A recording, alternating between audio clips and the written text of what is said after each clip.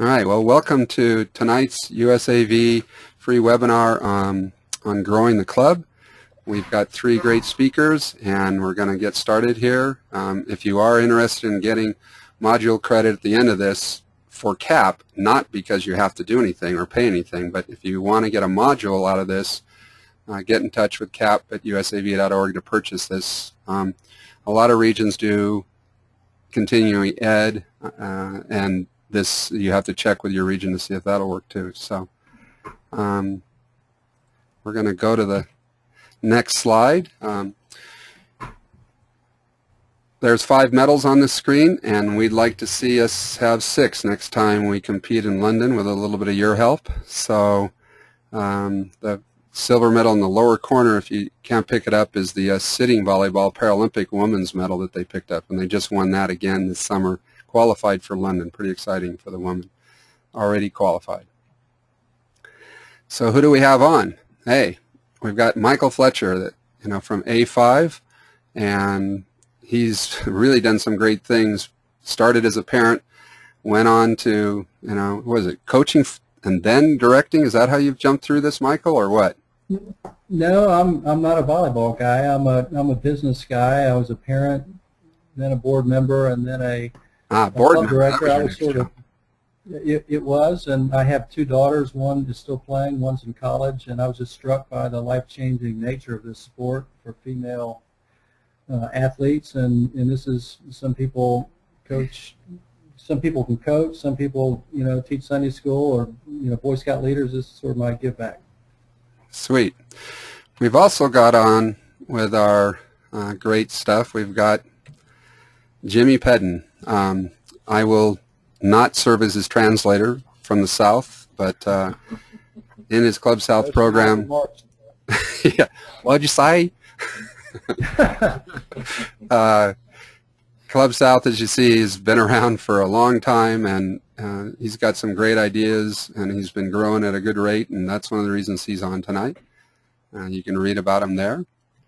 And finally, we've got Eric, who happens not on this slide to be the chair of our Grassroots Commission, and I work with him very closely on practically a day-to-day basis, coming up with ideas like these free webinars to help you grow the sport. So we've got a few time zones covered too. And then you got me. I work at USA Volleyball, but I'm not going to show up on a slide or anything. And my voice is very deep for Diana Cole. So as we get into this Q&A, there's going to be a few things. Stay on. You can jump in, as I said earlier, but if you can jump in with specific questions, typing them into the question box. You just open that, what usually is a plus sign, and make it be open so that we can see it. You can see it, then type in a question to me. At the very end, when we close out this, when you close it out, actually, there'll be a 5-question survey that pops up. We would love you to answer it, because we're going to play a video, and we're going to do some things that we want to see if we can get some higher level of audio and technological things out of here. And of course, we ain't the experts. We're just talking about how that, we're sharing best practices, which is a big part of what grows our sport. So without any further ado, Jimmy, would you like to take over here? Sure. And like John said, you can figure out I'm from the South, so hopefully you can understand me. My droid at least will, and maybe I can get it to talk back. On this one, I'm actually going to let Michael do the first one. He come up with some of these ideas. So Michael, take this slide. Sure. Well, there's no earth-shattering secrets here. Obviously, volleyball is a small community, and if you field winning teams, then that gets noticed by girls from other clubs, girls who haven't played. We feel like it's awfully important to offer a solid experience. That's more a way of keeping families from going to other clubs than it is to getting families to come to your club. But we just think it's really important to remember that those girls and their families are customers. You've got to treat them like customers.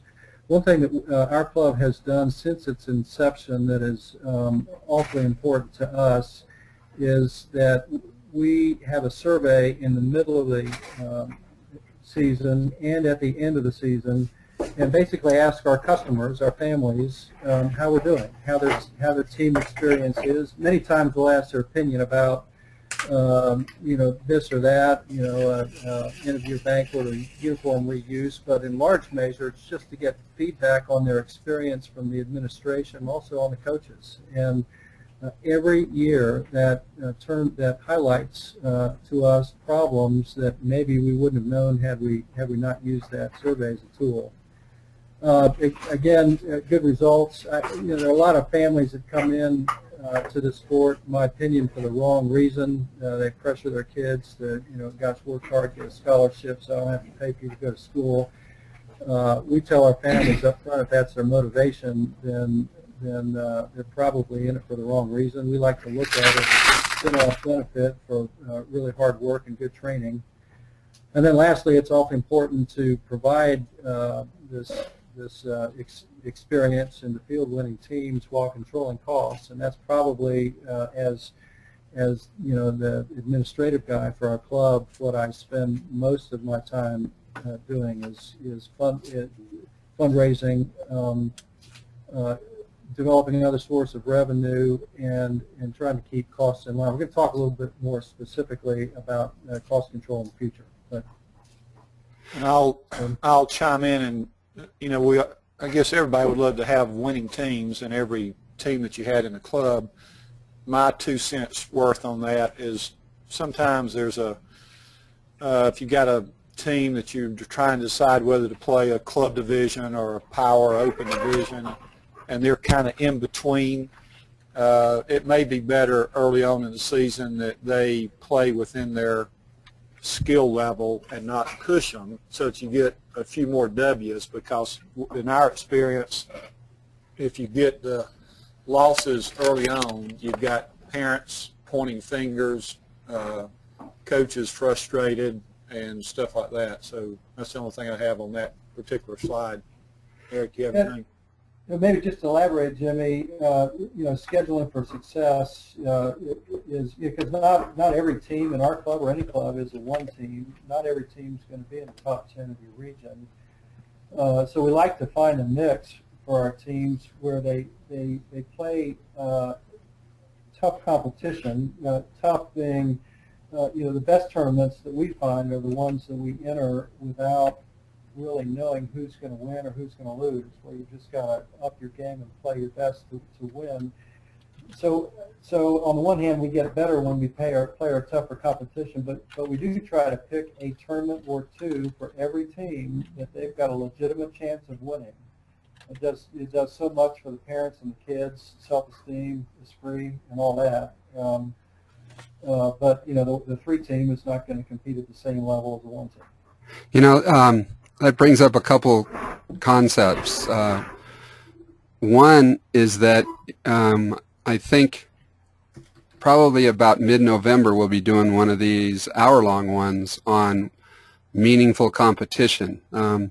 With the Ontario Volleyball Association's technical director, they have a very good program that they've established to guide their junior program and their beach junior programs to having what they call meaningful competition. It's a really interesting concept that, what is a blowout and what are blowouts worth, and getting to what is really called meaningful competition. The other idea I'd like to share, because of your survey idea, I think is great. In Impact, we often talk about, of late, how coaches that get evaluated at the end of the season often don't know what they're being evaluated based on the mission and the club needs. So make sure to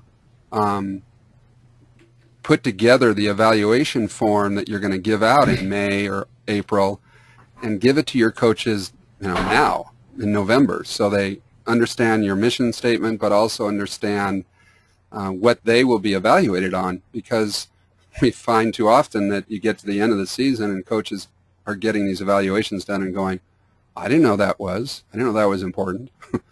So those are my thoughts. Eric, you've got anything you want to throw in before we go to the next slide?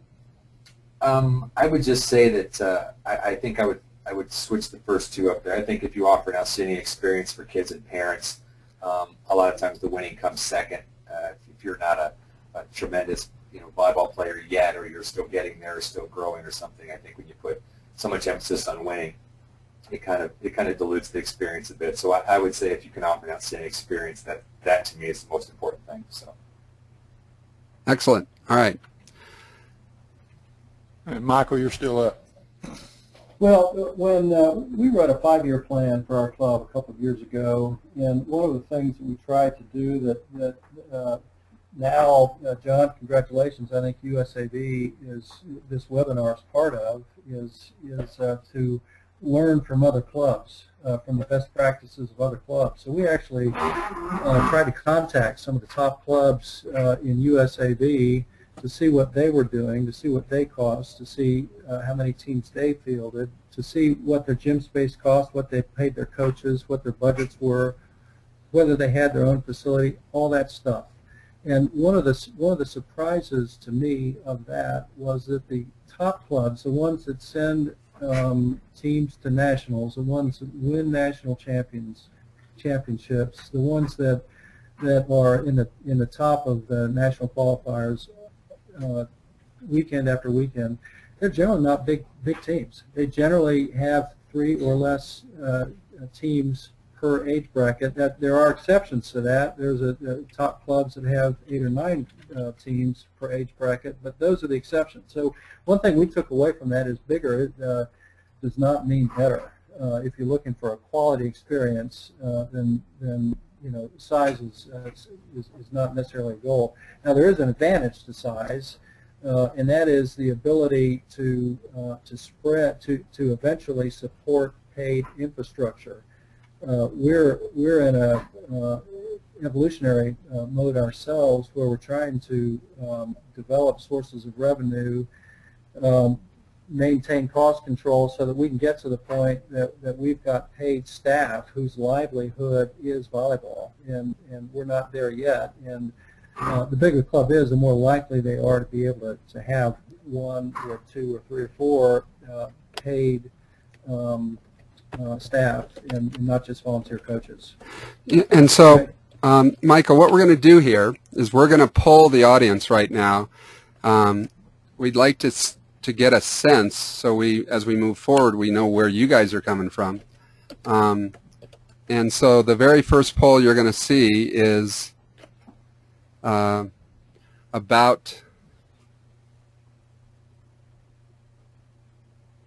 what affiliation you have with us, and all you have to do is sort of check all that apply, so we can tell whether you're a club director, a coach of girls, if you do any boys, if you do any beach, and at what level you're doing youth volleyball, so that we're all on the same page. So we've got about 40% of us voted, and we're going to really wait on this one until you all click things, and then we're going to leave it up on the screen so everybody that's on tonight can kind of see where everybody's coming from and how much clubs are doing that kind of stuff. This also allows us to gather the information and be able to put the beach people in touch with the beach people, and the people doing youth volleyball, 11 under boys and girls, in touch with each other. So we're at 90%, and we want to see if we can get a little bit further.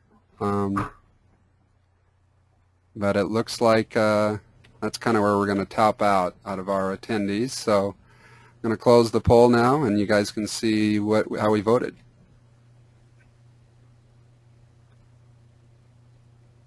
So if I did this right, do you guys see what's going on? Yep, got it now.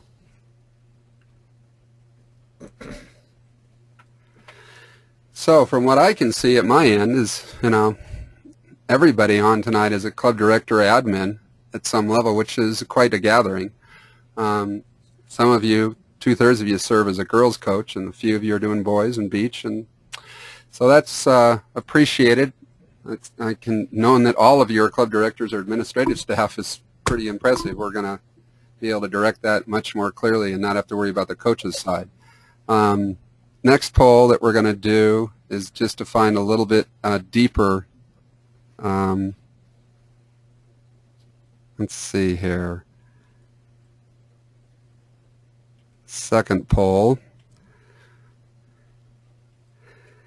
So here we're trying to get a sense of what else you do. Official, perhaps a parent of a player, if you do anything with disabled, do anything with outside organizations like youth sport organizations, YMCAs that you might work with, and if you happen to also be a chaperone at some level based on your administrative role and things like that. So again, we've got about 25% have voted. This is nothing that we get tested on. We just want to kind of see what we're all doing together. Yeah, we're at 60%, so we're doing good.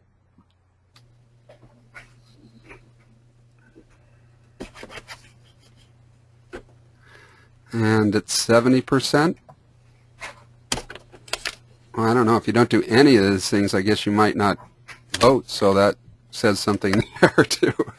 I'll have to talk to the GoToWebinar guys on that, if I should be putting none of the above in there or something, so that we don't wait for the other people to vote. So we're going to say that you've all voted on this one, and we're going to close the poll, and we're going to share it. So you can see that quite a few of us have the role of an official at what's going on, and about a third of us are parents, a quarter of us outreach, and a bunch of us do some chaperoning. So, all right, appreciate that. That helps us get a sense for the rest of the evening, what's going down. Michael, you got to finish up, and on the ability to grow is limited by ideas. Well, yeah, every place is different. We're based in Atlanta. Southern region is lagging behind many of the regions in the U.S. Chicago, Texas, West Coast, etc. So there's great room to grow here, and we could, if we had the coaches, good coaches, and if we had access to gym space, we could double our size tomorrow. Again, we're not out to double our size. I'm just saying that that's probably a different circumstance than those of you who might be in markets which are already mature volleyball markets. All right, Jimmy, Eric, what are you thinking on this slide about bigger not necessarily being better? Well, I won't comment because we're pretty big. So I'll say bigger might be better, and then I'll explain why in a little bit. Well, certainly there's an advantage in that you can support your infrastructure, and you know we may talk about this a little bit later, but there are several clubs out there who field a 1 team, a 2 team, and down to 8, 9, and 10 team. We actually have a sister club that services a somewhat different demographic. It's 20 miles away from the A5 club, but it's in Atlanta traffic. It's the two are probably separated by an hour and a half. So we'll probably grow through the sister club model rather than having an 8 team and a 9 team and a 10 team. But there's nothing wrong with that. Our mission is just teach life lessons through the sport of volleyball, and if we can. Exactly. Yep. And thanks all for the feedback on the poll. It looks like we've got some glitches we'll iron out, but we want to do this each time so everybody knows where everybody's coming from. All right, let's go on to the next slide. I think this is Jimmy. That's you. Yep, I'll take it. I would say when we started in the mid-'90s, I had a passion for young kids, 7th grade or below, really 6th grade. But we started with 4 teams, 12 and under, 14, 16s, and 18s. And just a handful, I think a dozen or so beginners, a program that we did just for 6 or 8 weeks at that time. And so we put a lot of emphasis on the young simply for a lot of reasons. If you're not doing it, highly consider doing it. It's easy to do. You get a lot of interest. You have to market it and find them. But once you hook those kids, as long as you do the program right and make it fun for them, tell you, I just left the gym 30 minutes ago with a 6-week program we're doing for beginners that we just sent it out to some of the schools, and we've got 70-something kids in it. They're all 3rd grade through 6th grade. And we make it a lot of fun. I actually bring some of the high school kids, players in, the older juniors and seniors. They're the coaches. We do kind of a camp-type setting where we teach it. This is on one of the best practices, but I go and spend $100 on probably 5 trillion little trinkets that they can get, and I call it a success store. So every time a kid does something good, they run up to the success store and they get a reward. And you do it around very positive reinforcement teaching. But by doing that, we've grown. And now this beginner program that started in the mid-90s has well over 100 kids a year in it from 1st grade through 6th grade. And those kids, we have over a 90% retention rate through the year. So they stay on until they're 18, and most of them go on to college because they've played so long for that. So it not only helps your club, it returns that investment as you go along, because you're keeping them so long and you're training them so well, and they're typically happy. They're typically satisfied by what they do. I say a low-cost loss leader. You know, we all hear about stores, Kmart or Walmart running something. So even if it costs you a little money and you subsidize it from some of your travel teams, get it down to where it's affordable. For example, this little 6-week program that we're doing right now, we're just charging them $60, $10 a session. And, you know, so they're not really worried about pay. The other ones are a little bit more expensive, but you know what your market is. Get it where it's affordable and as low a price or fee as you can. And use players for your assistant coaches. They like the young kids. The biggest thing I would say there is we actually do a couple of free clinics, and I bring the players in to actually interview them. I want to see how they intermix with the kids, and you want somebody with a good personality that's always talking and not standing around looking at them. So that would be my suggestion there. We talked about earlier success. I attribute a lot of our success to our kids starting so young, and that's what it does. And then it's also a reverse program, is if you get them in at that age, you've got successful middle school programs that turns around and promotes your program. So that's my 2 cents on young ones. Well, it just so happens that this morning's blog kind of is 40 years of what USA Volleyball's been doing in mini volleyball and youth volleyball, and has a lot of best practices ideas.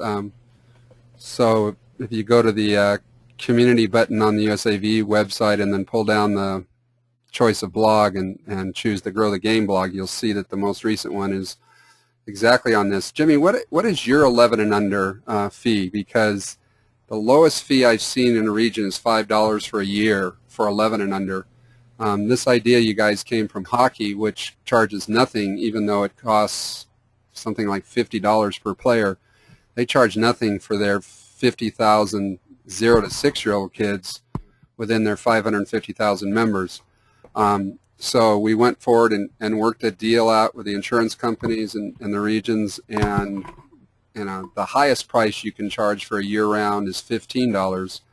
But there are regions that are subsidizing by $1 this whole program, and it's costing USAV membership for the year for 1100s for regional competition, not going to nationals or anything, is only $6. Far cheaper than than AAU and any other organization that might be out there.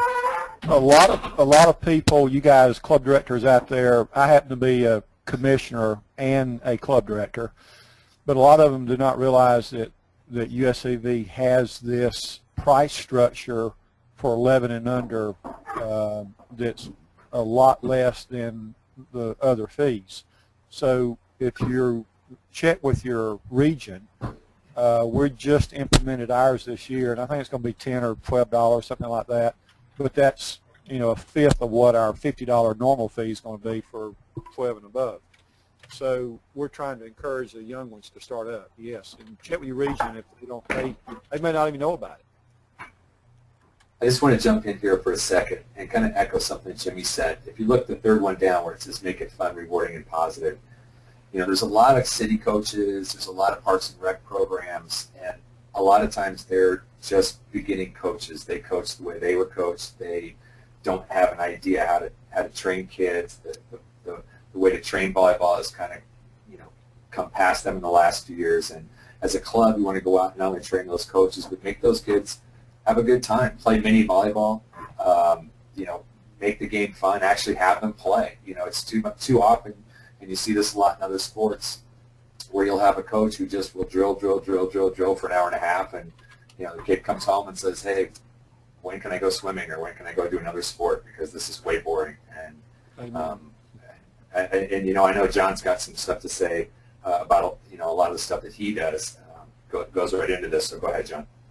Well, you know, it remains that there's a lot of best practices already out there, and here in Colorado Springs at the largest facility we've got, the Big House, there's over 200 just in 1 year at this young age group that are doing very, very affordable volleyball. So from all points of view, the younger we get, the mini volleyball book that's out there, you can get it in Spanish completely or in English, that I wrote at the end of last year.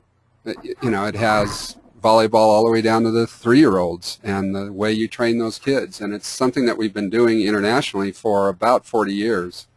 So we just wanted to share all those ideas in that free book. None of the stuff we do at the youth level is out of USA Volleyball is costing very much. So I don't know, Michael, you got anything? I was just going to say that's a book that you can download online for free right now. You just print it off. It's a 100-page book, and it's got so much stuff in it. It's a great useful coaching tool for sure. Well, that's a good tip. Yeah, I just echo Jimmy. Part of our we've got 10, 12 and under teams, you know, ranging from 10, 11, and 12-year-old. You know, it's a challenge to keep the cost low if you're trying to at least break even in terms of coaching and gym space, and certainly travel. When you get that 12-1 team that is going to travel a little bit, then it's hard to keep it under control. We're, you know, rightly or wrongly, we're trying to keep ours to a club experience for these younger kids to $500. And I think we lose money at that, but I'm agreeing with you, Jimmy, 100%. Almost all of them would come and play, have a good experience, love the sport, and if they've got skill, then they can go on. You know, we're going to talk about this later, but we feel it's awfully important not to cut kids at this age, to have a tryout and let that tryout be to determine their placement in terms of relative skill level, but not have it be, gosh, if you don't make a team, your career's over. Yeah, that's the next slide. Now, I'll say that if you're not doing a young program, highly consider doing it. If you need ideas, feel free to write any of us. Most of mine's on a Word document that what you do and how you do it, and we have different prices so that it's affordable to about anybody, down to, you know, $100 or $150 or something like that, so that they can get in and do it. And they may not travel a lot. We do a lot of inter-club stuff, but it keeps the cost down, so there's different levels that they can get involved in. Michael, you're on this one. Well, 5 years ago in Atlanta, there were no 12 and under teams. It's just been a recent phenomenon, and honestly, there aren't very many clubs that are doing that down here. Most clubs don't have in Georgia really don't start fielding teams until they're 13 and older. And we see this as really the next phase of growth for us.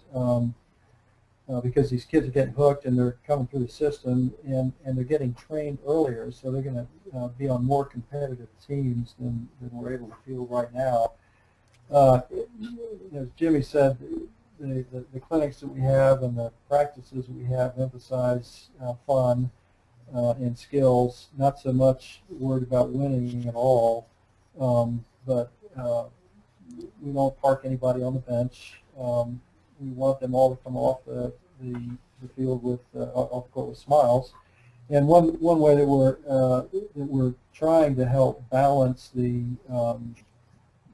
facility costs or the court use situations, these kids can generally start practice a little earlier than high school kids. We try and start at 5 o'clock. Again, that's sometimes we have coaching issues when we start that early, but you know. Just some things we're trying to do. You know, the other thing I'll say here, I really like showing up as Diana Cole, you know, because maybe I should talk like her. The idea that you'll see in the blog that I just want to share with you, sort of heartfelt here tonight. My daughter's team took a bronze medal at JO's a couple, 2-3 years ago when she was at 13. But part of what we did was, as that which you teach, you learn. We had them during their season from January through May in regionals coaching younger kids, and I'm talking the 11 and unders, who come in at this really low cost, and you divide the net down the middle of your regular court with a rope or 2 nets. We had 2 nets in our case. And you put up the 4 to 8 little kids courts, and you have all the kids are all coaching a team on their own, and they train for the hour, and then they leave. And the next week the 14s did it, and the next week it came back to the 13s, and it went back to the 14s. And on Saturday before some of our practices, we did quite a bit of play, basically play day, play morning, and things like that. So that's just a really important way to grow at an incredibly cheap way, because the gym's being covered rental-wise. You can get the molten first touch balls and the light touch balls, $10 to give every kid a ball and stuff. So I'm going to share, Michael, that's you. I'm going to share the grassroots button when we get a little break here so that everybody sees what's going on. It's at usavolleyball.org. It's to the far right, and it says grassroots, and underneath there are a ton of other things. But some of you may not be aware of that button. That's kind of why we're here tonight. How about the next slide? Unless, Eric, you got anything to add? Nope. I think you covered it well. Eric, you're up on coaches training. I think this may be one of the most important things we talk about tonight, because you know, as much as club directors that we stand up and oversee what's going on, if we don't have staff that can be trusted and staff that knows how to train and staff that's up to date with what USAV is coming out with as far as the ways to train and kind of debunking some of the myths that we had back 15, 20, 30 years ago in training our sport, your club's going to be behind. And it's the same kind of thing that we were talking about with the younger kids. If a kid coming in at 13 or 14 has a miserable experience with a coach, it's very unlikely that they're going to continue with their club, your club. They'll go somewhere else and trying to find a better coach. So, you know, we at USAV, and I can say this, that there are other organizations, volleyball organizations, that don't, in fact, require these sort of things, but USAV coaches must take a 4-hour course called Impact, which is a basic level teaching, explains, you know, how athletes learn, the best way to train. We actually go into a lot of the specifics of what, you know, how to train them and what to train them in, what to look for, things like that. And like I said, there's other organizations that don't have anything like that. You know, high level and how they train coaches are an absolute draw to your program. You know, a lot of clubs will try to nail down college coaches. You know, most of those college coaches have been coaching for a while and they've got some experience and they know what they're doing. That's absolutely a great draw for a club. And I think the other thing too is, as a club director, it's part of your responsibility to make sure your coaches stay on top of the newest things coming out of USA Volleyball. A guy named Peter Vint does an amazing job keeping us all honest with how to train blocking, how to train attacking, things like that. And you know, if you have coaches that are behind and they're still doing drills the old way, and you've still got a coach tossing to a hitter with a big long line of kids behind him, you're missing the boat, and your club's going to wind up paying for it. And in the long run, as a club director, you'll wind up paying for it. So I think coaches' training and education may be one of the most important elements we talk about tonight. I agree. The only thing I'd say about that is Michael touched on it earlier, and we'll touch a little bit on it a little bit later, is that we run 2 surveys through the year to our club members, and that mid-year survey addresses the coach's attitude, coaching ability, stuff like that. We take that pretty serious. If a person's doing a bad job, they usually don't stay with us. It's in your best interest, if you have other ones, is to get rid of the bad apple and get some positive coaching in there that knows what they're doing. Or get them some training to become better. Absolutely. Michael, any thoughts on what A5 does? And if you can, we had a question about what the A5 club kind of is a little bit. If you could expand a little bit on it, because you also talked about sister clubs. So if you would. I didn't see the question. The A5 is a nonprofit, 501c3. We were faced with an opportunity to grow based on the availability of another facility that actually wanted us to move our club over there. And what we chose to do was start a sister club, initially with 8 teams, this year with 12 or 13 teams. And at that location, it's not limited by gym space, but it's limited by coaching. But so we're, in many respects, we're starting a new club. Even though it's a sister club, we're trying to keep training methodology the same and share infrastructure and all that. But we're really having to start from scratch, and going back to Jimmy's and Eric's recommendation of starting them young, getting them hooked while they're 12 before they go off and become cheerleaders or soccer players or basketball players is key, because once we get them in the gym, they generally want to come back. I don't know if that addressed the question about A5 or not. But, okay, we've got 10 under 12 teams, and then 3 teams per age bracket in the 13s to 18s division. We'll probably grow that a little bit because we've got this bubble of 12s that we've got to accommodate that want to play as 13s and 14s in our club. And the challenge there is we don't want to grow if we can't grow right, and the limitation for us is primarily good coaches.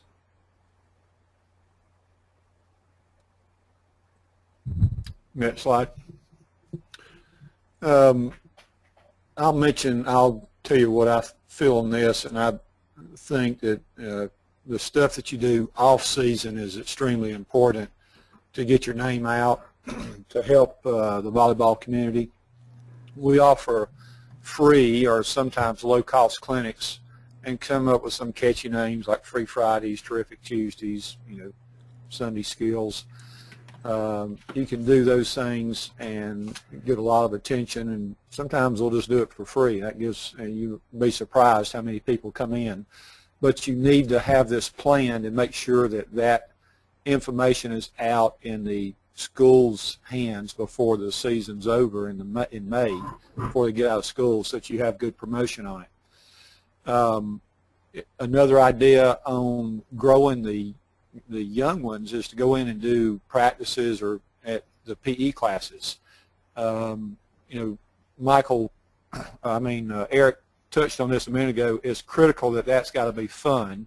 You don't want to go in and do a bunch of drills. Just go in and let them play some and teach a little bit as you go. because typically you only got 30 minutes. And if possible, invest in a T-shirt, you know, for $3. It'll go a long way, and you give them as prizes, stuff like that. You want to keep your name in front of the school coaches as much as possible. Newsletters, drill ideas, skill information, drill of the week. If you've got coaches that are willing to go out and run some practices, that's even better. That's a great way to grow. And then my final thought would be off-season leagues. Eric will talk about this, outdoor and indoor. Those are the ideas that we have for growth. And I don't know if you saw it in the beginning, we've gone from mid-1995 or 6, we were at about 4 teams, and last year we were at 600 kids and 35-something teams with about 100 kids in a beginner program. So it's worked, but we're at maximum capacity right now as far as coaches and gym space. I wanted to add, you know, that fun idea. Jimmy talked about the best practice idea of doing, what was it called, your success store and stuff like that. Success store. Yeah. Yeah. In addition, with these younger kids, you can go to the dollar store and for about $10 get enough garland and things to decorate the net for the Valentine's Day period, the St. Patrick's Day period, the Easter period, and the young kids really get a kick out of it, especially if at the end of the training they might get a chance to take some of that stuff home because, you know, you spent maybe $10-15 on it. So making it look good that way is kind of important too. Eric, you got anything to add? Nope, I think you guys covered it. One thing, John, if you guys out there want to write down this web address, this is where I get my little trinkets from, and you can buy a ton for $100. Funexpress.com. Funexpress.com. You can go there and get all kind of little stuff. It's great. Kids love it. All right. Michael, anything you want to add about this off-season stuff? You guys got it. Okay. We'll head to the next slide, Eric. We got a little bit Eric, of you're up. Let's go outdoor. I'm out of Arizona. Today it was 106 degrees outside in the end of September. We offer a sand program. It's a region-wide sand program, but my club also offers the sand league. It's amazing when you see 10, 11, and 12-year-old kids come out when it's literally 113 or 114 degrees at 5:30 in the afternoon, and the sand is probably creeping up on 150, 160 degrees, and they're having the time of their life for 4 or 5 hours. Getting them out of the court, away from coaches, away from parents. We do it so we don't allow coaches and parents on the sand. It's just the kids. They have an amazing time, and you know the amount that they learn playing double sand. I would challenge that playing a season of double sand could probably be almost as rewarding and educational for them on the court as playing an entire season of indoor. Teaching them how to read the ball, teaching them how to move more efficiently, to anticipate what's happening. It's priceless. And you know, we don't have a whole lot of grass out here in Arizona. We would have to call it rock volleyball. I don't think that'd be very good if the kids were playing that. So we play a lot of sand. Again, more touches. Our cost is very inexpensive. Our region program is $20 and $10 a tournament. We had almost 400 kids in our region play, which is about 10% of our kids. So we get a lot of them. We offer leagues. We offer tournaments. Sand, grass. We actually have pool tournaments sometimes, not pool the game, but inside the pool for obvious reasons. Again, it was 106 at the end of September today. And the nice thing about that is if you have clubs, and especially where I'm at, we don't have a lot of clubs that offer those sort of things. So we tend to get athletes that come in and play our sand league and our sand programs, and you know they might like some of us as coaches, they might like some of our players, and it's a way to get some more kids involved. Plus they're playing and getting better and having a blast all at the same time. So, you know, it's a way to kind of showcase your club, show your athletes and their parents, how you guys can put something together, make it affordable, make it fun, enjoyable for everybody involved. So I'm a huge believer in taking the game outdoors. And I'll echo Eric. Eric's probably one of their region, and himself is one of the top leaders in outdoor for juniors in the United States. So if you want ideas, check with him. We built a 3-court facility, outdoor facility this year, but really all you need is if you have grass, we do in the South, is poles and a net and grass and some rope, and you've got yourself a court, and you can bring in a lot of people at an inexpensive rate and have a lot of exposure for your club. Ourselves, we did about 30 minutes of training and an hour of play. Kids loved it. We just started it this year, and we picked up a lot of players that normally could not afford indoor, so now the parents are kind of hooked, and they're finding ways to afford the indoors because they played outdoors. Want to add, since you were the site of the 1996 Beach Olympic gold medal success? Well, I just got to wonder what Eric's doing to keep his parents from following their kids out to that 100-degree heat.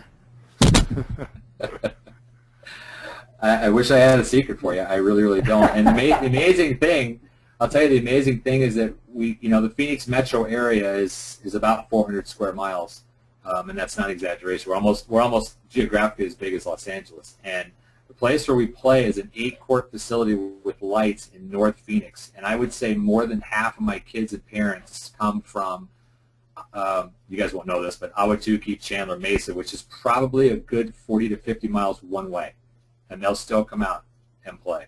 And I think the reason for that is because if you offer them a quality program, they'll come out and play. You can't come out and say 1 game to 11 and then send them home. You're going to have to give them a tournament, got to give them a league where they can play a certain amount of matches. So I think that's the key.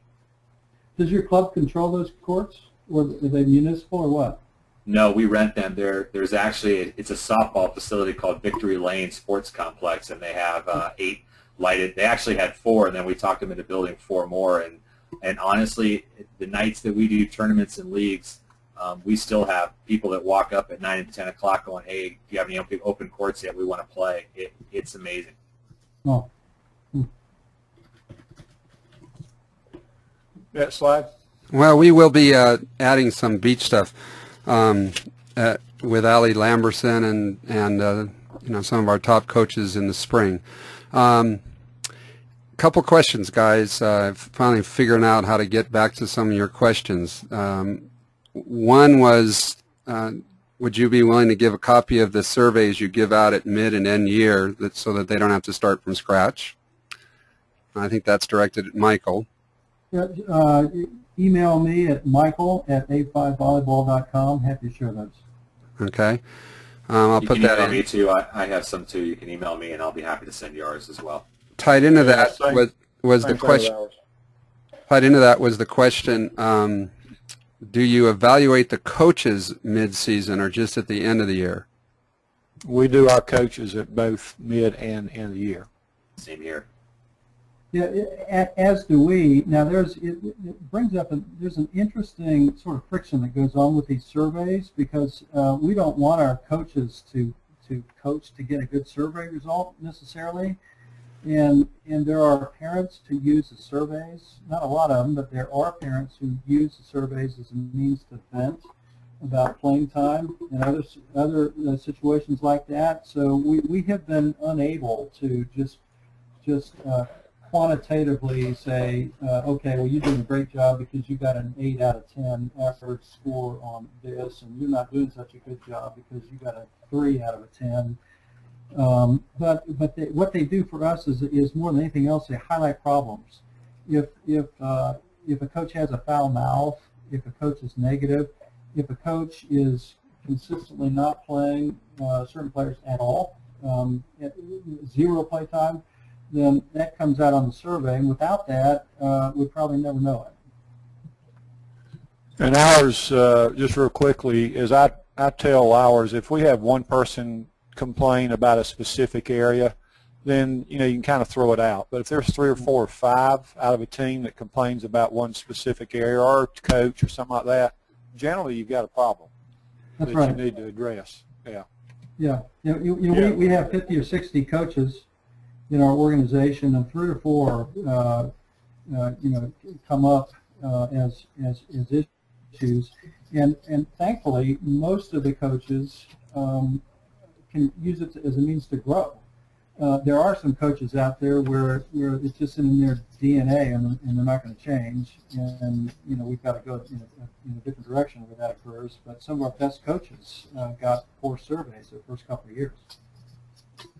I think it's also really important as a club director that every once in a while you drop in on a practice. You drop in and see if there's a line of kids waiting to hit a ball being tossed by a coach, and it's part. I think it's part of your job as a club director is to not necessarily surprise somebody, but you want to walk in and chat with parents a little bit, chat with kids, maybe help out on a court, but you get an idea really quickly if the coach knows what they're doing or how they're talking to the kids and things like that. So.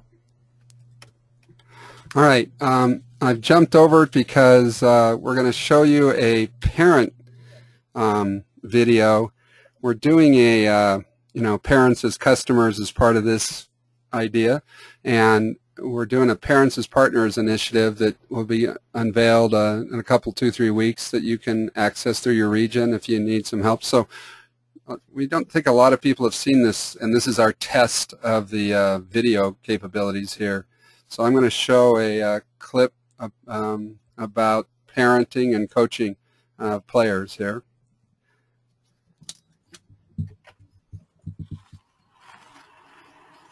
Come on, Dad, focus. Widen your stance a little. Don't slouch. And don't screw up. This is the big leagues. What are you doing? Keep your eye on the ball. That was pathetic. Sorry. Yeah, well, sorry doesn't cut it.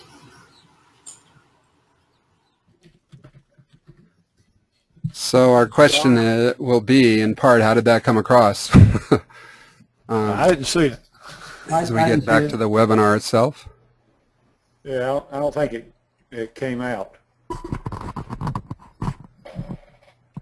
I'm just seeing your screen. There we They go. want to Now, do that, so we'll fly through this. Sorry. you had it. Okay, we're up. Okay. I'll talk a little bit about admin, and I put our surveys online, so I threw you, John, I threw that to you. If somebody wants to look at it, you can throw it out to the rest of them. They can look at it online, what we ask. Be glad to. I'll quickly go through my thoughts on this, and then Eric and Michael can chime in. I cannot express enough how much admin is important to your club. If you're not probably a type A personality, then you better hire one, because procrastination, lack of response, poor planning equals failure. It's just bottom line.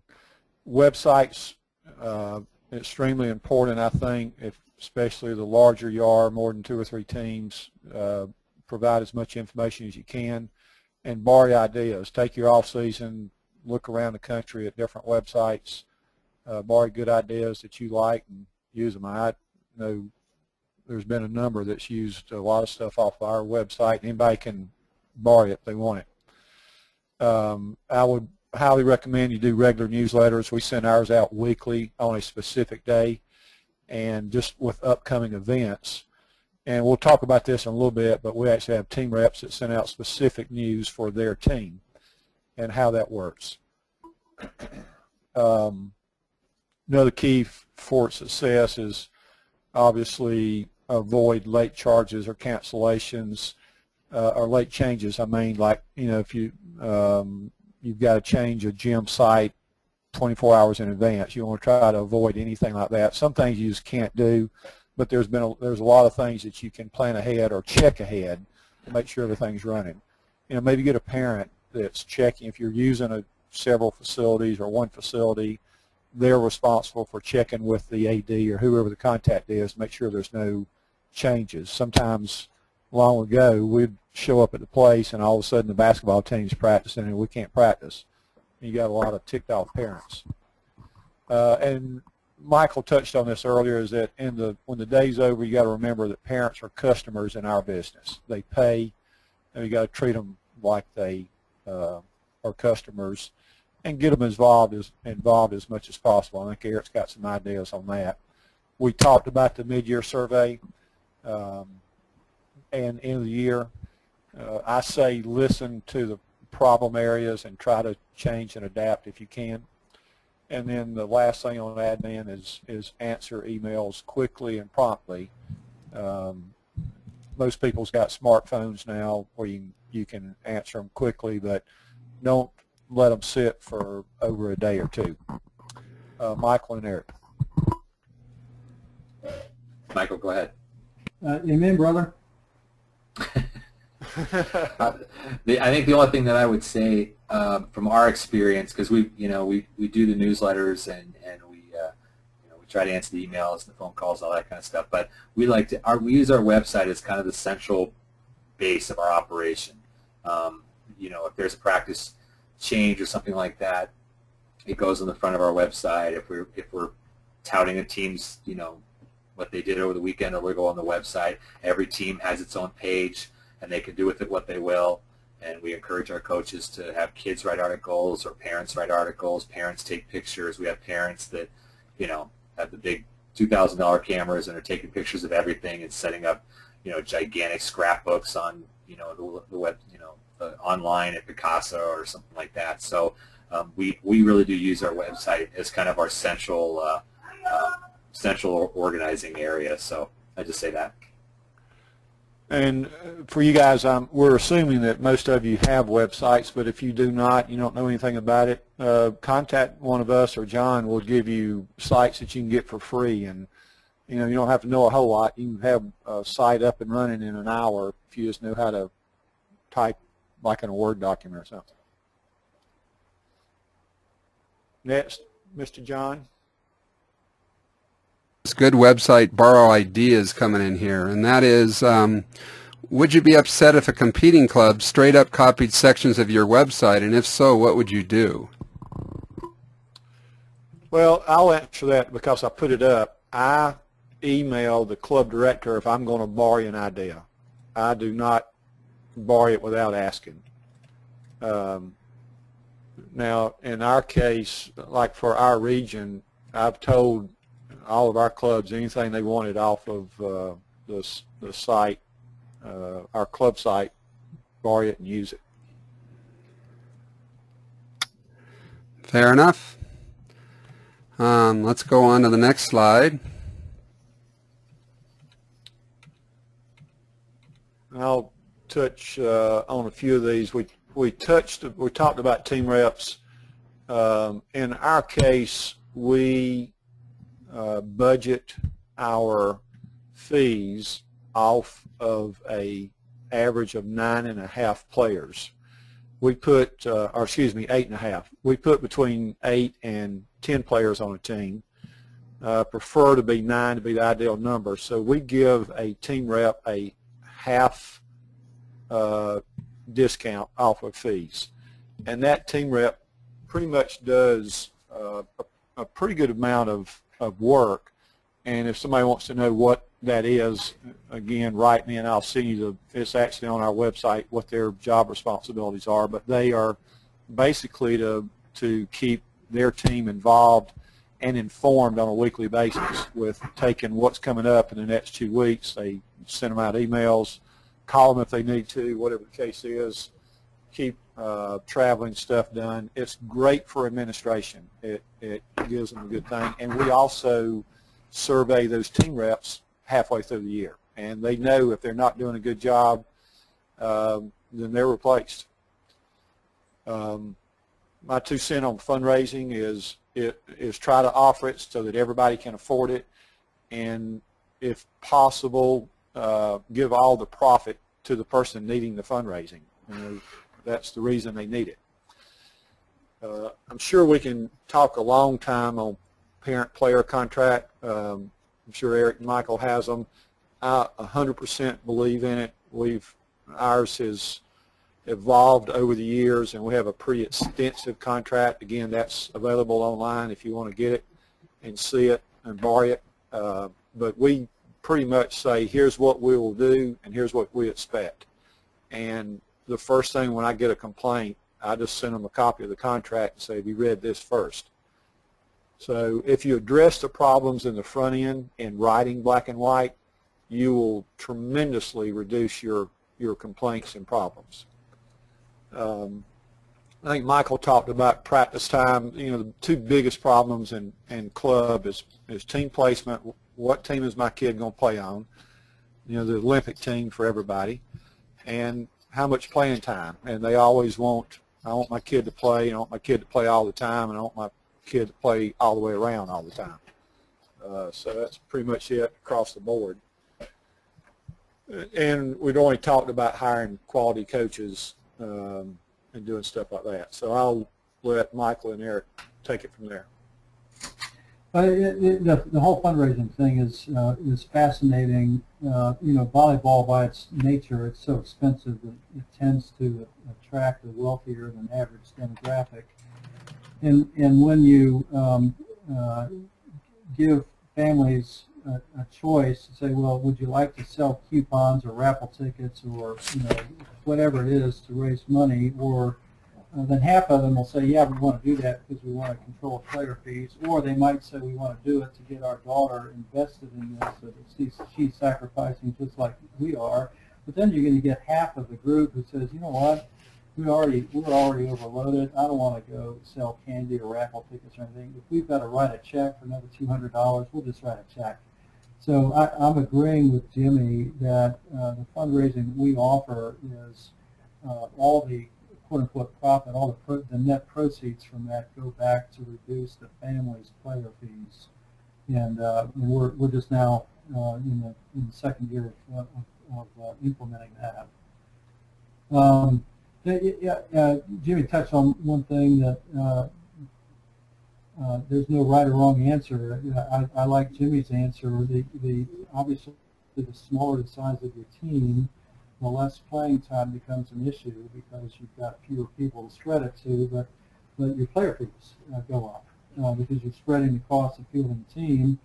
You're paying for that coach and that trip and the tournament entry fee, you know, with 8 players or 9 players versus 11 or 12. Rightly or wrongly, we've settled on 11 players per team. It would be nice to have 9 or 10. It's just that would increase our player fees by 10 or 20%. So at least so far, our families have responded that they think we're doing the right thing. All right, should we go to the next slide?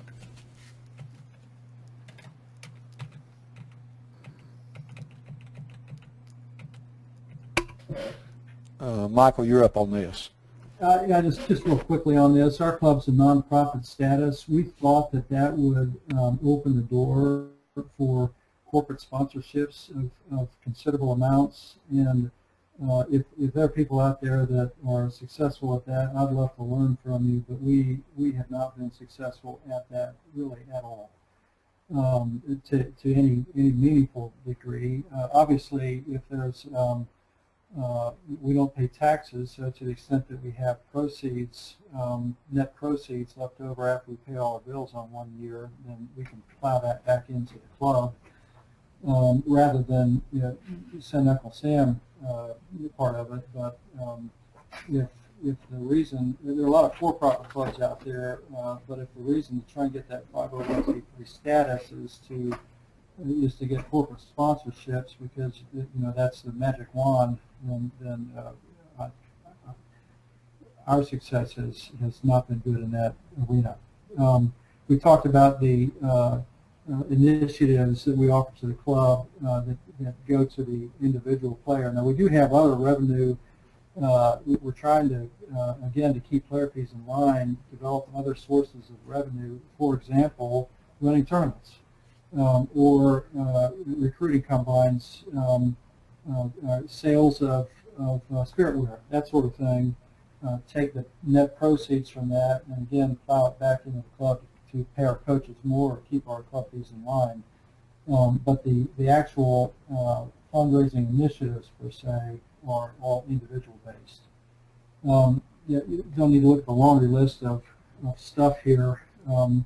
Probably there are more creative people than we are out there who are already doing some of this stuff. Yeah. You had the website that I thought was pretty interesting, right? Yeah, I was just going to say if anybody wants to see the fundraising options that we have, it's on our website and how it works and everything, and you're welcome to use those. We have player programs, raffle tickets, discount books, and a couple other things. Actually, somebody else handles that, and I'm not quite sure what we're selling or what we're doing. But the player program is the most successful and the biggest profit. It's probably got a 80-85% profit in it. So if they sell an ad, like a football halftime football program, exactly what it is, with the team pictures in it. Individual programs per team? No, we have one big player program for the entire club. I see.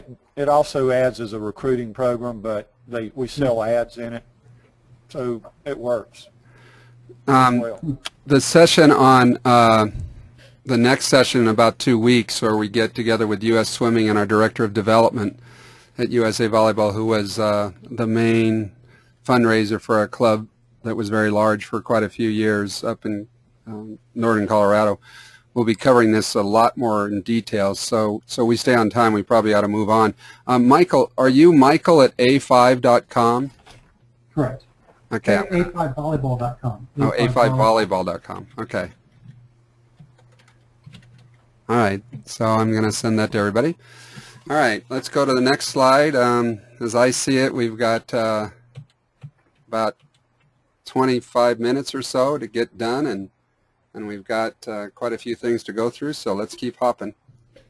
Yeah, Michael, you want to cover some of that?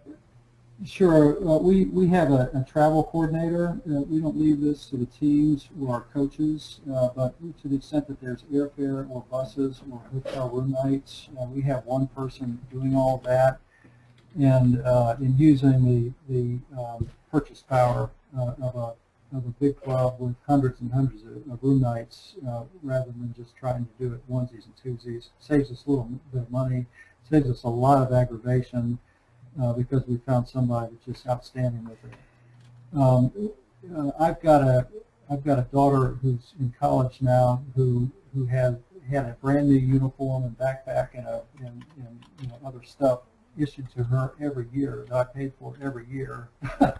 And probably other clubs are ahead of us on this, but we had just the last couple of years have instituted a reuse policy, and we've actually looked at what other clubs are doing, whether they alternate new jerseys every year or whether they use warm-ups or whether they even buy warm-ups. Some teams actually, there's some clubs, the club actually owns the uniforms like a high school team might, and they issue them every year and they collect them the year after, so they reuse them for many, many years. But we've cut our uniform cost by about 60%, from $300 a girl to about $130 per girl. That girl played with A5 last year, just by reusing jerseys and other stuff. Gyms are always a challenge, and it's one of our big three cost items. Cost of running our club is about 30% coaches, 30% gym space, and 18% uniforms, and then whatever the difference is, something else. So we'll have teams scrimmage each other or overlap or do skills training together, that sort of thing, so that we don't necessarily have one team by themselves on a court every practice. The credit card was not an original idea, but we're going to talk in a minute about front-loading fees. And many families in our world will say, well, I can't afford to pay all of my club fee and my travel budget in the first 2 or 3 months. will you work with me to spread it out? And we always work with that family. But many times we'll ask them to pre-authorize a credit card transaction in the event that they fail to make a payment. And this has gone a long way to help us keep receivables down. I think the last comment's yours. I'll chime in.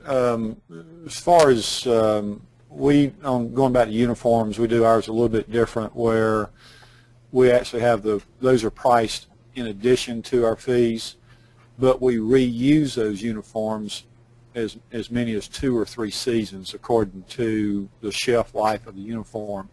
And if I could throw out, if you are buying uniforms, I'm also an apparel dealer, is you always want to ask and make sure that you're buying a jersey that has a shelf life of at least 2 years, maybe 3, if you're going to reuse them. Some people don't realize that, and they'll buy a jersey and the Mizuno or Asics, whoever it is, discontinues it that year, and then you can't buy it the next year. So ask about that. I'll give you something on gyms. We were fortunate, probably 3 or 4 years into our program, that we were able to find a tennis and racket club that was struggling, and we leased space from them. So we have 4.5 courts, almost 5, inside of what used to be 3 tennis courts. And great deal for that company and good deal for us under market value.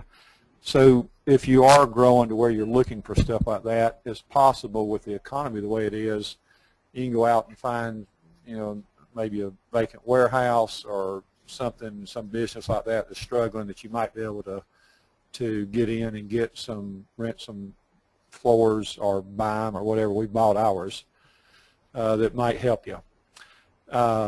Credit cards, the only thing I'll mention is we went to credit cards this year and had them last year in the region, and it tremendous help. Cuts down tremendously on your collections, helps a lot. And I put in hotel tips and travel savings. I'll just say this, is that if you're large enough, you can negotiate with hotels where you can get comp rooms. Typically, if they're not a big hotel, you usually get a 20-to-1 ratio. You pick up 20 rooms, they'll give you a comp. Sometimes as good as 15-to-1 or lower. Usually the bigger hotels, the Hiltons, the Hyatt, stuff like that, it's probably closer to 25 or 30-to-1. And you may be able to, obviously, in today's market, if you're going to the bigger tournaments, now it's stay and play or something similar to that. And if you see the big picture, there is some justification behind that, because you have to track all that stuff. But there are some saving tips on that, travel saving stuff, for our 2 cents. I think we just got one more slide, John. Well, let me throw in a couple quick things. If you're a club director and you've been around for a while, then you probably know this. But when you do order uniforms, a lot of the uniform people will, if you spend this amount, we'll give you this many free goods. And a lot of times you can, by buying your uniforms, you can get your coaches' shirts for free. So if you don't, ask that question of your apparel people and see if that works. Also, we'll, with the use of credit cards, I agree with Jimmy 100%. It is an absolute godsend to have somebody pay for their whole season up front, and then they deal with the payments instead of us. We actually give them a little discount for paying everything up front at tryouts, same kind of thing.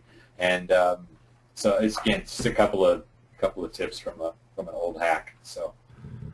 All right, we've had a couple questions come in. Just wanted everybody to know that we've been sharing the emails and the websites down in the chat box, which you need to open up if you haven't seen the websites and stuff. And we will be having a follow-up email to everybody that'll share the websites of both Jimmy and Club Zia and Michael's A5. So let's get on to the next and final slide. We do have some questions in the queue, just so you know, but this is a powerful finish, I think, and so let's review this stuff before we go to Q&A. Michael, you want to start? Sure. People have different formulas for this, but we take a $500 deposit at commitment night in November, and then we divide our remaining payments, inclusive of travel reimbursement, over 4. So in December, January, February, March, the families have 4 equal payments. So by the middle of March, their entire season should be paid for. We find if we don't do that, then inevitably there's some family whose daughter isn't playing as much as they thought they would or think they should, and they just walk away from the remaining obligation. We've got to decide whether to go after them or not.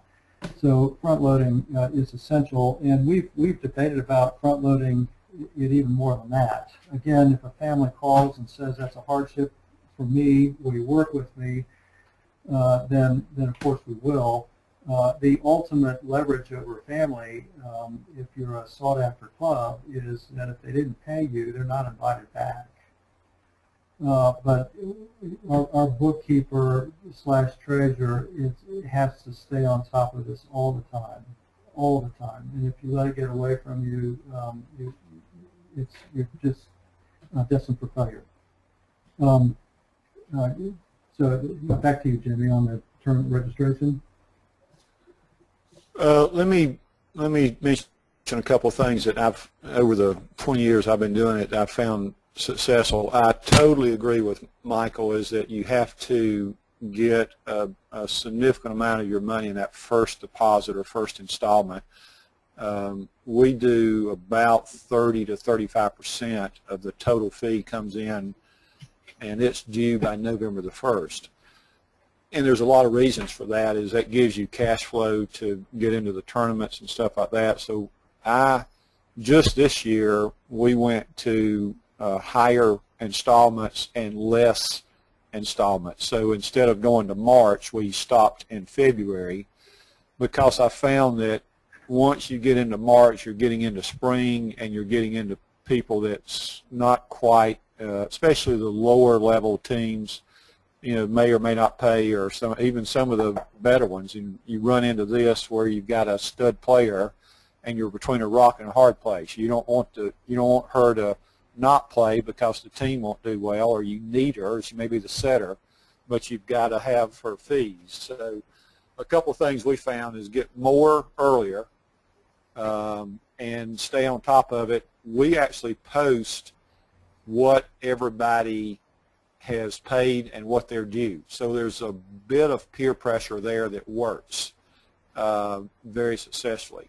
And in the event, I don't know if anybody's ever had to go to court, but our contract stands up in court. The small claims court, you can't get a lot, but at least that threat of it and even going to it will make collections. That's my collection story.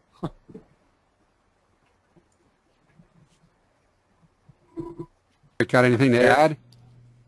Eric? No, you guys are exactly what we would do. Same exact thing.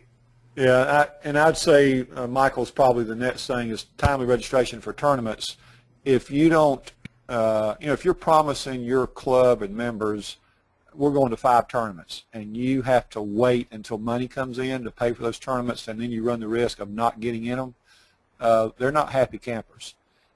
So take it from us is that get money early enough where you can register as soon as registration is open, and get confirmed in the tournaments. Keep your promises, because it'll come back and bite you. Michael? I think these other bullets are self-explanatory. Don't really have anything to add. Eric, Mike? I agree. It's pretty self-explanatory. I mean, the failure to keep promises thing is huge, because for the most part, if somebody doesn't know a club, doesn't know the club volleyball scene, or is being pulled in 20 different directions by 20 other clubs, if you can't keep your promise, if you can't keep your word, and that gets out, that can pretty much damage your reputation in the volleyball community. And as I think we said in the first or second slide, the volleyball community is a very small community. So, yeah. Somebody had asked about as far as hours, when do we start installments and when do we actually start our season? Our season starts in January, as probably most do for the tournaments. But we actually start our installments in November. So we have a November installment, which is about 35% of the total fee, and then a December installment, another 20%, and then in January, and then another one in February. So by the 1st of February, we should have, it not always happens this way, but should have all the fees collected.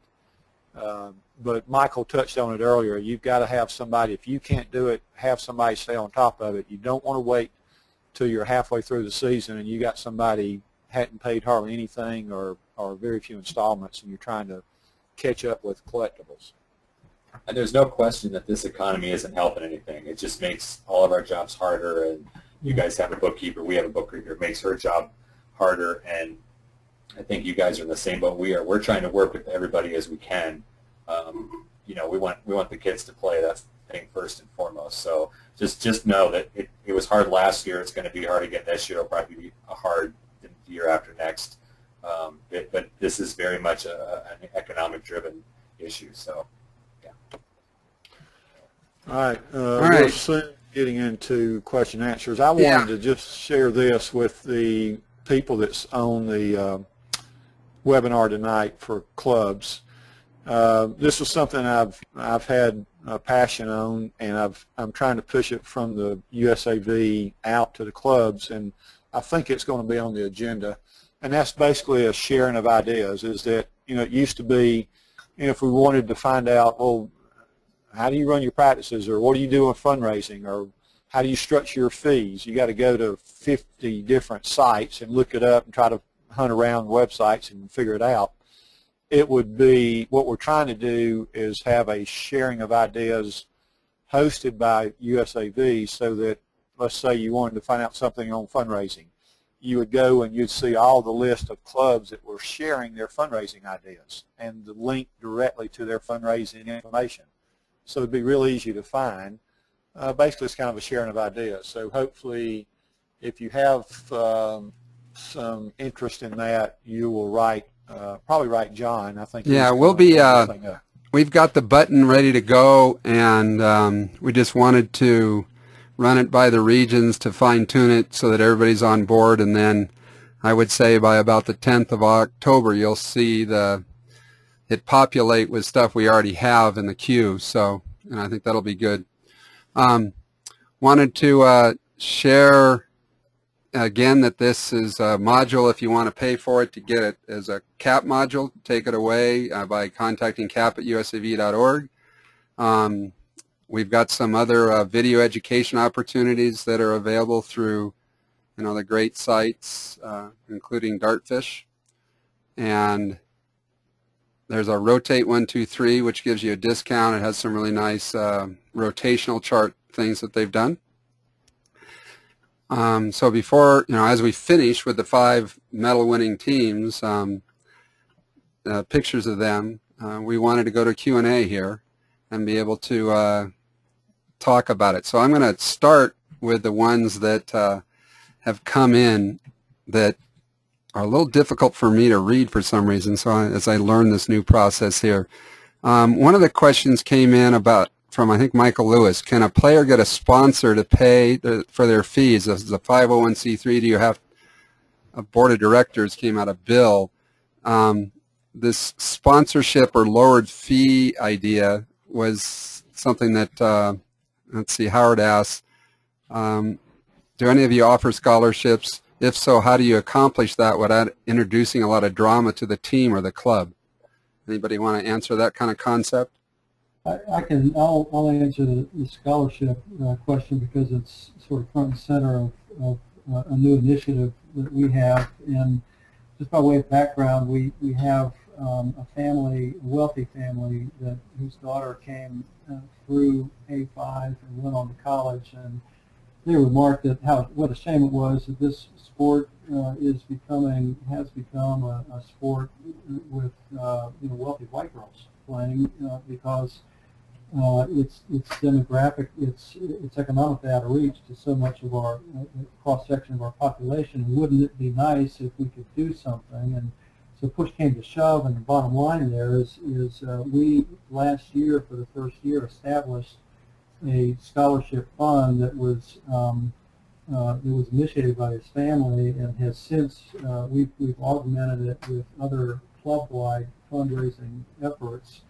So the goal, the ultimate goal is so that no girl is precluded from playing volleyball due to economic considerations. I don't know that we'll ever reach that goal, but we are able to fund some or all of the club experience for 8, 10, 12 girls. As to the question of drama, we've only been doing it for 1 year, and so we're learning as we go.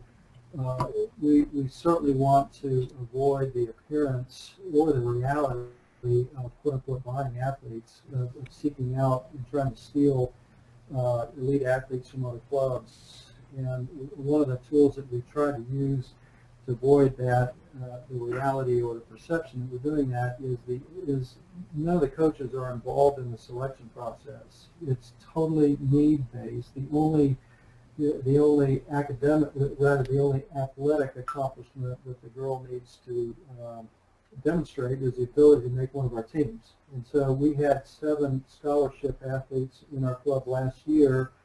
2 were at a sister club. 1 was on a 3-team, 1 was on a 2-team, and a couple were on 1 team. So it's being very well received. But I would say that it's embryonic in our club. We're still learning. I would say, go ahead, Jimmy. Well, I was just going to say, from my perspective, it's real short. We don't have scholarships. I wish we did. I keep writing Bill Gates, and he hasn't sent $1 million yet, so sorry. Yeah, from our end, we're in the same boat. We're in an incredibly competitive area. We race out of the west side of Phoenix, and we have about 5,000 junior girl players in our region, and we have over 80 clubs. We have 28 clubs just in the West Valley where my club is, 28. So it's incredibly competitive. However, we learned early on that the scholarships, all the other kids are paying for the kid that's not paying. Let's be honest, it's what it is. And the answer to that lady's question or the gentleman's question, whatever, is it absolutely creates drama once that gets out. People are wondering why this kid's not paying and they had to pay. We don't do any sort of scholarship. Everything is above board. Everybody's contracts are the same on the team. If everybody wanted to swap contracts and look at them, they'd see the same dollar amount on each one. So.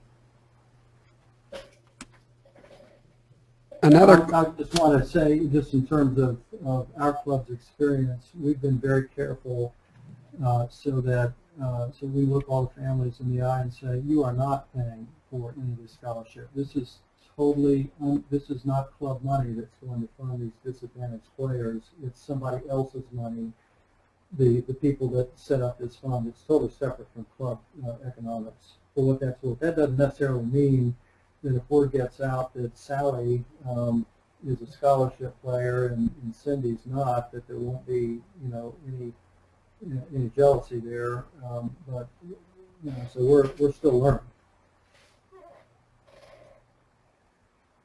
Another question coming up based on starting a club in the suburbs and having difficulty in finding good coaches, especially because their state doesn't allow high school coaches to coach club all the way down to like 8th grade or 7th grade. So thoughts on that one? Usually, a lot of the colleges, I think, like to have their kids coach. If there's colleges around the suburb, that might be a place to look. I don't know if the high schools are allowed to coach other kids, or they're just not allowed to coach their kids. But you might be able to get some high school coaches and assistant coaches that could coach other kids from other schools or something like that. But colleges are great places to find to young coaches, and of course, if you can find a college coach that wants to coach, snag them. So. Yeah, and I would agree with Eric. We're fortunate. We have 4 colleges within a 30-mile radius of us, so we pull a lot of the college coaches, assistants, and players. And in our state, high school can coach. They're all restricted what they can coach, but they can coach. And I would say to this person, look to adult players. That'd be your next avenue. Yeah, it's the biggest challenge. You know, these clubs like Club South or Triangle or, you know, established clubs that have been around for a long time are able to grow their own, where they send a kid through the system, kid goes on college, comes back to Phoenix or Atlanta or, you know, Columbia or something, or whatever to work, and then it's their opportunity to get back. We're just now, you know, in the next couple of years, we should be able to begin to reap those benefits. But even so, even now, we'll grab an assistant, a former player, a current college player, to be an assistant coach for us from Georgia Tech or Georgia or what have you. It's tough. It's tough finding those great coaches for sure and keep them. And it's not like they're earning a lot of money. I see it as 8 o'clock, and we don't want to take any more of your valuable time. For the questions that I see that we haven't answered, we will wrap them up into the next club directors session, which is the one that's a little bit more on fundraising. Otherwise, there should be a little survey that pops up. Obviously, that the question will be about how the video showed up, and I failed to do the system right, so I'm going to go back and practice, even though I thought I'd practiced it right, and we'll test it again. Otherwise, Jimmy, Michael, Eric, thanks a ton on behalf of USA Volleyball for such a great chance to share best practices and everything. And this has been recorded. We will be figuring out a way that we'll be sharing it free of charge to those that couldn't attend. The PowerPoint, I think I'll turn into a small PDF and send it to everybody straight away sometime tomorrow, because I think that would help everybody as well, sort of on the topics that we did cover. Anything else you guys want to add before we close out the session? I'm sure the other ones feel the same. If anybody has questions or we can help them anyway, feel free to email us. I'd agree with that. And I also just want to say, I think John would agree with this, that Jimmy really took the lead on this project. And, you know, there's, to be honest with you, I think somebody asked earlier, hey, you know, what do you do if a club director steals your idea or steals something from you? And it, you know, you need to know that there are bad people out there. There are club directors that aren't good people, but the two gentlemen that are you know, on this webinar with us, that are willing to share ideas and all that kind of stuff, it's too rare in our business, but they deserve a lot of credit for giving you guys their forms and opening up their business to you, because it doesn't happen a lot, you know, in our society. So Jimmy and Michael, thanks a lot. We appreciate it. Well, and you and John, thanks for putting this on. I think it's a great initiative that USAV is embarking on.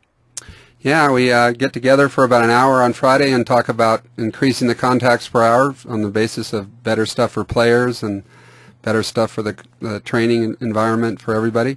Again, thanks on behalf of USA Volleyball. And I'm going to close things out now, and we're going to see if you get that survey. And my email is, everybody is at USA Volleyball is john.kessel@usav.org. We're all first name dot last name. So thanks again for coaching and mostly for directing, since that's what you're all doing. And we'll hope to see you at the next free webinar coming up later this week. Good night, Al. All right. Good night. Good night.